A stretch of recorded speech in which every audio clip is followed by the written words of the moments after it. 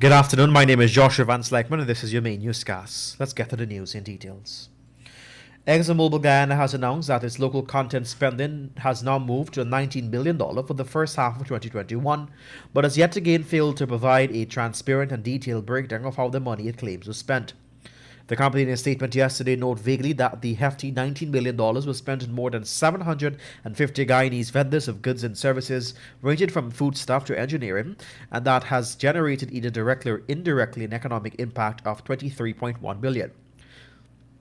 Additionally, it said since 2015, a total of $96.4 billion is spent directly with Guyanese suppliers, but with no evidence provided to show exactly how the money was spent per the terms of the Stabroek Block production agreement with ExxonMobil and its partners CNOOC and Hess Corporation Guyana.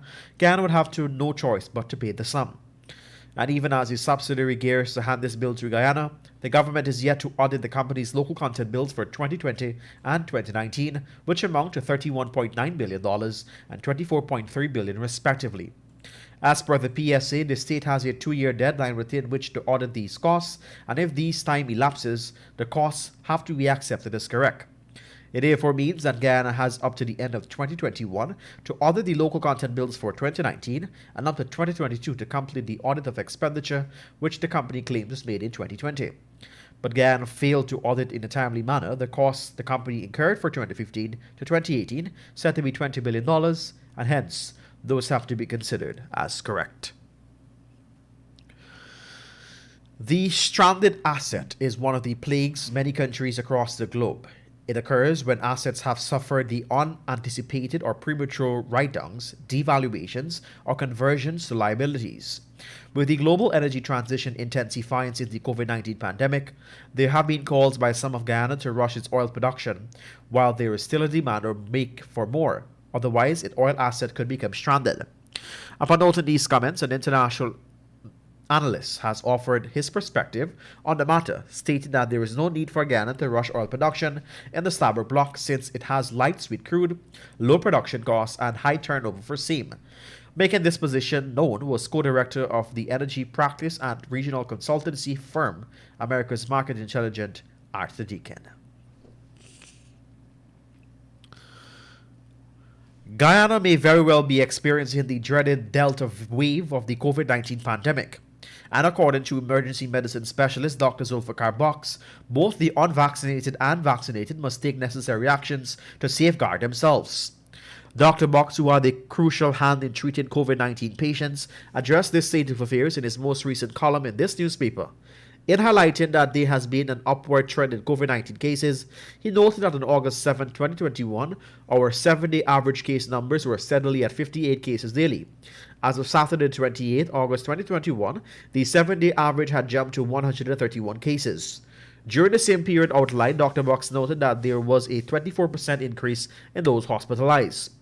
Even more worrying was the revelation that we are seeing patients that are sicker and presented earlier with moderate to severe forms of disease.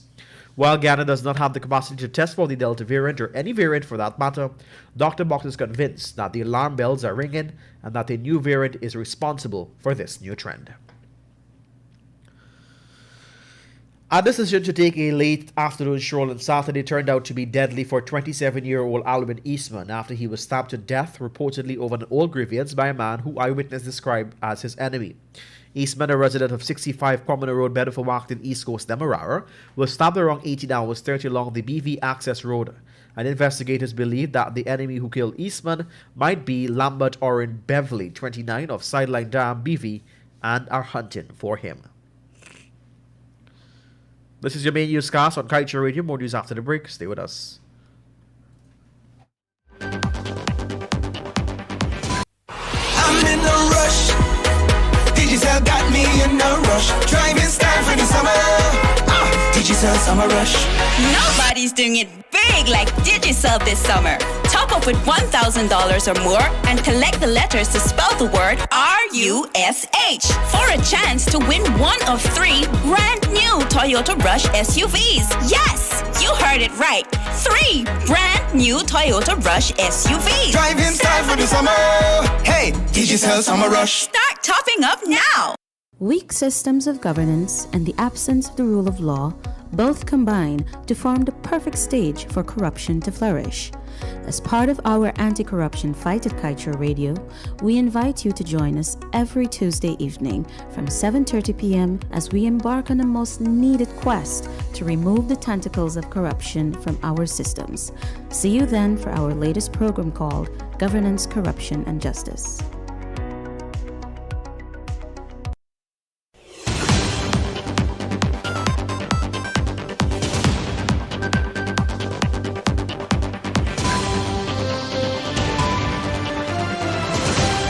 Welcome back. Government officials and other public officers are still required to declare their assets even if the Integrity Commission is not in operation. This is according to former chairman of the Integrity Commission, Kumar Dorsami. Mr. Kumar was at the time responding to queries about a newspaper ad on Sunday which called for all public officials to submit their 2021 declaration of assets and liabilities by August 31, 2021. The former chairman explained that even though the life of the Integrity Commission expired in February, the Secretariat or Office of the Commission is still functioning. As such, he noted that, as required by law, public officials should submit and declare their assets. Meanwhile, police are investigating the circumstances that led to the death of a 39-year-old Dexter Prince who died during an armed robbery on the Essequibo coast last Saturday night. Kaieteur was informed that Prince, who was attached to a bakery in the city, was selling pastries along with a colleague on the Essequibo coast at the time of his death. According to police report, the robbery occurred around 18 hours 45 at Palm John's shop located at Church Street on the Naming on the Essequibo coast. At the time of the robbery, Prince was the driver of a minibus in which Declan Lees was the salesman. And finally, at this time, before you go to your page 7, and of course your blunt this morning. Yesterday, another person was remanded for allegedly stealing COVID-19 vaccination cards. The defendant is Mark Samuels, 38 driver for the Ministry of Health, who was charged in 2018 for a multi-million-dollar fraud. Samuels of 276 South Rhineville, Georgetown, appeared in the Georgetown Magistrates Court before Principal Magistrate Cheryl Isaac Marcus. He denied the charge, which alleges that between August 22 and 2021 at Brickdam, Georgetown, he broke and entered the vaccination center of the Ministry of Health and stole 66 COVID-19 vaccination cards valued at $1,014. Attorney-at-law Dexter Smart, who's represented Samuel, told the court that his client maintains his innocence and added that the alleged stolen cards were not found on his client, nor was there in his home. And of course, you're listening to us right here on Kaieteur Radio 99.1 and the 99.5 FM. It is the radio with a difference. It is time for us to turn your attention to the page 7 of the Kaieteur News that is dedicated of being blunt. An international analyst said Guyana is walking a slippery slope with failure to determine the final price tag for the gas projects. We know that what the international analyst doesn't know when our political leaders are not interested in the final price tag for the gas project or any costly project. This is a sign that they give themselves room to pad the price tag for their own benefits and that of cronies. Political leaders are part of the conspiracy that add more money to projects to fill their pockets and rob Guyanese. This is why there is neither hurry nor energy to get to the final price tag for the gas project from now. And it is time for your COVID-19 updates. The Ministry of Health yesterday reported that 2 men who contracted the novel coronavirus disease have died while receiving treatment at the medical facility. As of this, the country's COVID-19 death toll has moved to 613. According to the ministry, the latest fatalities are those of a 47-year-old from Region 1 and a 47-year-old from Region 4. Further, the ministry provides daily COVID-19 recorded 80 new cases, bringing the total number of confirmed cases to 25,403.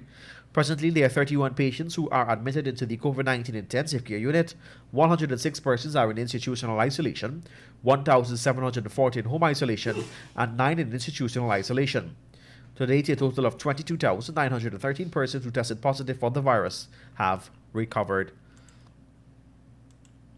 And with that, we've come to the end of your main newscast right here on Kaieteur Radio 99.1 and 99.5 FM. My name is Josh Evans Leckman. Thank you for joining us. Coming up after the break is going to be time for a short presentation on the oil and gas sector by publisher of the Kaieteur News, Mr. Glenn Lal. after which it's going to be time for the Tuesday edition of the National Outlook with GHK Lal.